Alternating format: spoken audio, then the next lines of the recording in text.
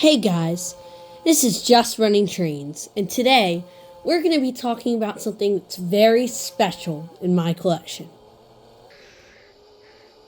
This is my first ever train set, the Union Pacific Express. So, before we dive in, let's go into some background of how I got this. This is really what started me in this hobby, so it's really special. It was back probably 2016. I had seen model trains. I went to the Corduroy Company Club, saw some layouts, and I was like, hey, this looks pretty cool, I was like, interested. And I found a shop called Walt's Train Shop.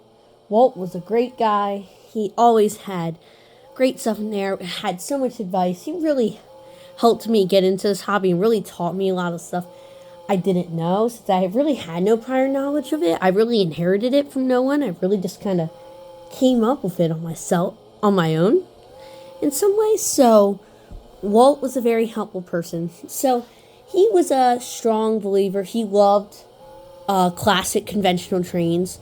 And so I was like, I should start with this.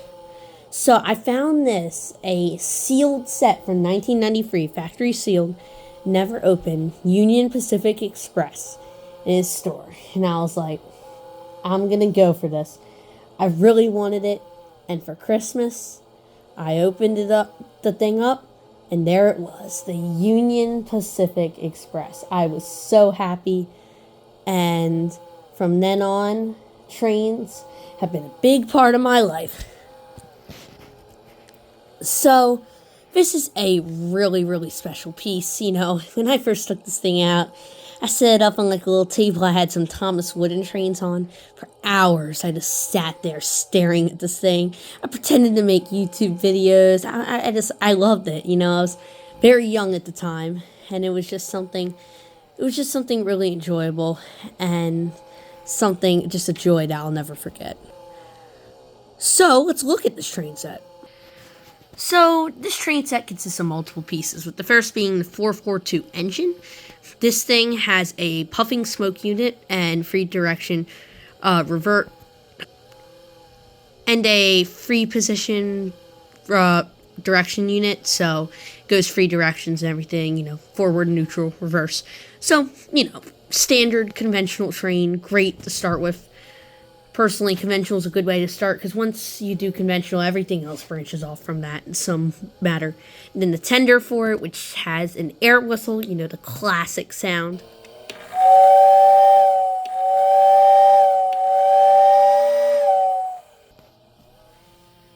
Just about everyone has nostalgic memories when they hear that sound. And then we have the B-specific Ship Union Pacific boxcar. I love this boxcar, as a young child. I took little crates and toys and stuff and just stuffed them in there here and pretended I was taking them from place to place. Then the Union Pacific tank car, really striking, Freedom model. Then the Union Pacific flat car. Now, this isn't the original thing on it, but it is special to note. This is my Lionel Kids Club line of the Lionel's Collectors Club of America custom truck, which is a really, really cool piece. Love that thing. And the tractor trailer that came on this is at my layout, so I thought, let's put this on for some fun. The set had a lot of extra accessories. It was actually a pretty nice, deluxe seeming set, I realize now. It had, the tractor trailer. It also had, I believe it had enough track, to make a figure 8. It had a trestle bridge, which is that thing right there. Grade crossings, all kinds of great stuff. It was a really cool set. Then we have this Searchlight car, which I used to love, one of my favorite cars. Sadly, it doesn't work right now because of that, so gonna have to get that fixed at some point. But I still really love this car. And then the caboose. This thing has seen a little bit of its wear. It's a little off the frame. Been that way but it's been the end of so many of my trains over the years. It's a lighted caboose, so great piece. So, now that we've gone over this, let's run it.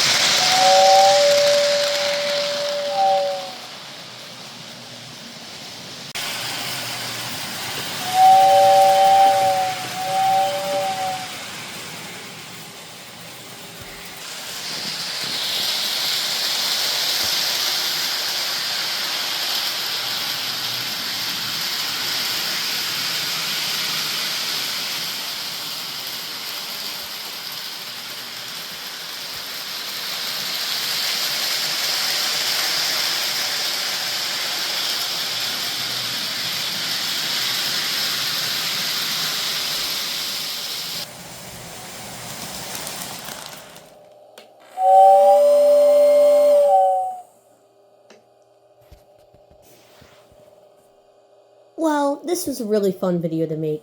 I really enjoy showing you guys this very important piece of my collection. This is just special train. Really just makes me think, at the beginning, hobby before, you got to command control all this crazy stuff back in the simple days, And I just really like this. I don't run it that much because, it's just a sentimental piece in more ways. And it doesn't have like all of the coolest operating features, but it's just a fun thing. And I'm very lucky to have a running first train that's in really good condition too. I mean, besides like the Searchlight car and the frame and the caboose, it's in relatively good condition, which is something that I'm really happy about. And it really is nice to be able to still run it, So, and it lets that legacy carry on. So, thank you guys for watching, and remember to always just run trains.